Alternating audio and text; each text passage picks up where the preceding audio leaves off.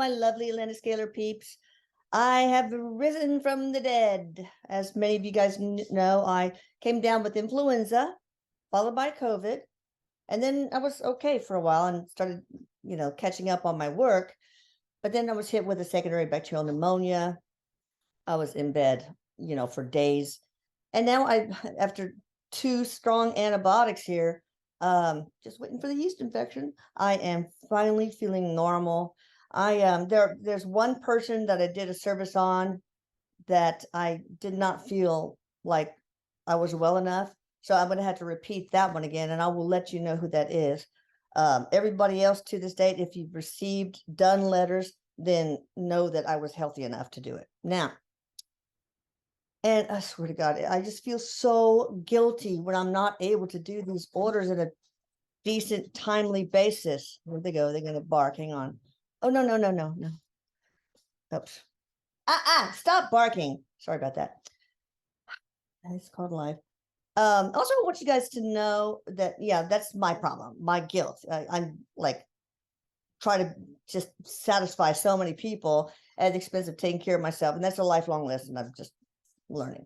Now, I want you to also know that, I'd say that it's like 8 to sometimes even 14 hours to do some of these services, but that doesn't even count the before prep of that I do, the medical research. If you have medical records or any other kind of records that you want me to look at, imaging, some of you guys have been so gracious to give me that so I can tailor the script perfectly to you. So, the more information you give me, then the more that pre-scalar work, prep work I can do. Okay. Sometimes people have trouble getting their medical records, but okay. Now, what else do I have on my little list?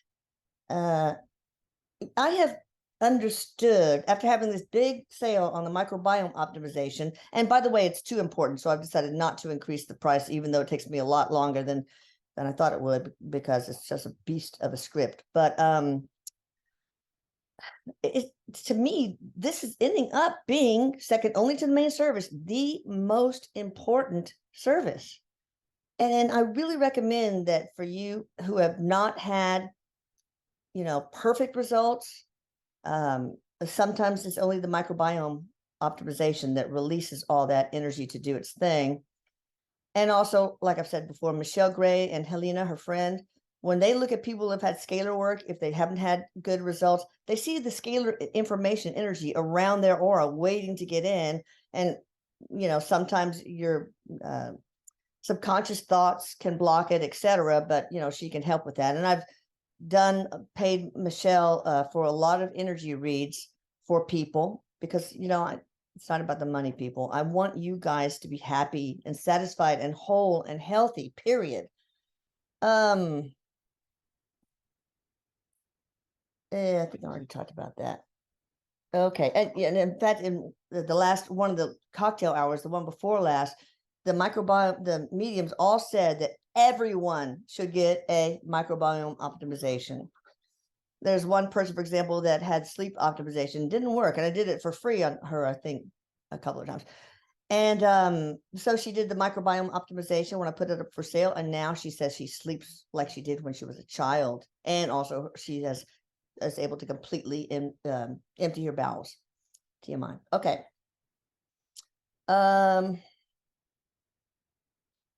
Okay. I'm still working on a separate glaucoma service script, which I will share with you later. I still want testimonials, though. So many of you guys are emailing me and saying, "Oh my God, I can finally sleep, etc." And I'm not getting any video testimonials. Remember, you get money for that, right? So, but they have to be truthful, obviously. But anyway, Paula really wants me to get those going. So, what do you think? Should I read? At least I have my voice back. All right. Oh boy. This is from My Life After Death, a memoir from heaven, channeled directly from Eric. Of everyone in my immediate family, I visited my mom last because I had to work up the courage for it.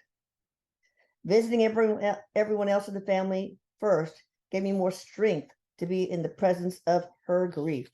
I was timid saying goodbye to her in particular because her emotions were so overwhelming. She wasn't even in her body. It's true. She was just a lost shell of herself. That made her completely numb, so I didn't think she could have had any feelings just then.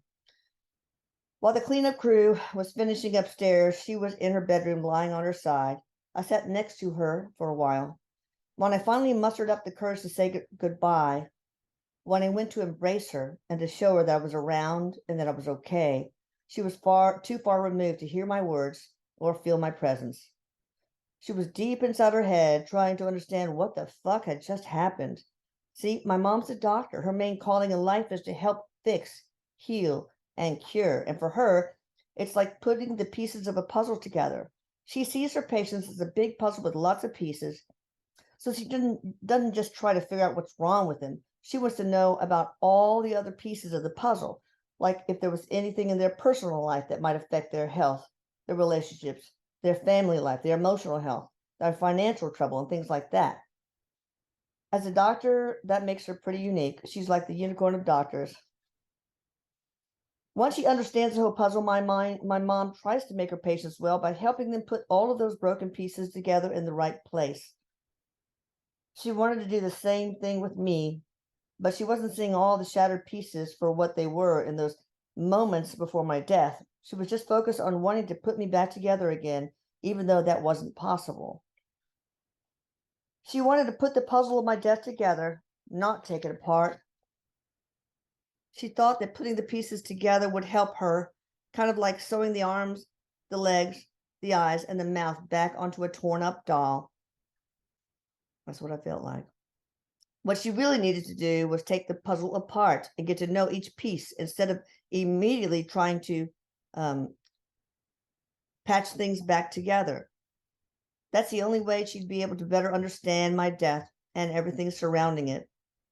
She needed to see that that piece that represented the why, the piece that represented the fact that my death was my choice, not something she could have prevented. The piece that represented the state of mind I needed to be in order for me to pull the trigger. And the piece that represented her acceptance that death is a transition, not a permanent separation. That's how she would eventually start the healing process. But she wasn't there yet. No kidding. If she had been in that space, it would have been easier for me to get through to her, but it was too early. Every time I tried to get close to her and say my goodbye, it triggered the terror all over again. Terror mixed with numbness, not a pretty thing. That's why I couldn't sit down next to her for very long when she was lying in her bedroom that day. I think I'll probably, well, here, I'll read one more paragraph. When you're human and you're in tune with what's going on, call it centered or whatever, it's like you have one pipe that your emotions are flowing through, nice and simple. After my death, it was as if my mom sprouted a dozen leaks in that pipe, and I couldn't connect to the pipe and stop those leaks. My mom was trying to use all of these crazy emotions spilling around in her to understand my death, but she didn't even know where she was going or where she was coming from in order to begin. At the same time, she was trying to deal with the immense grief and pain of being the mom who couldn't save her own child. Oh, good stopping place. Anyway, there's more about his visit to me. I promise he gets happier eventually. All right, guys, I guess that's all for now. I love you. It's Friday that I'm recording this now. I'm going to start my work on your orders starting tomorrow, and I promise I will work both days and hopefully catch up, and maybe I'm guessing 10 days. I hope you guys understand. Thank you so much. I love you all.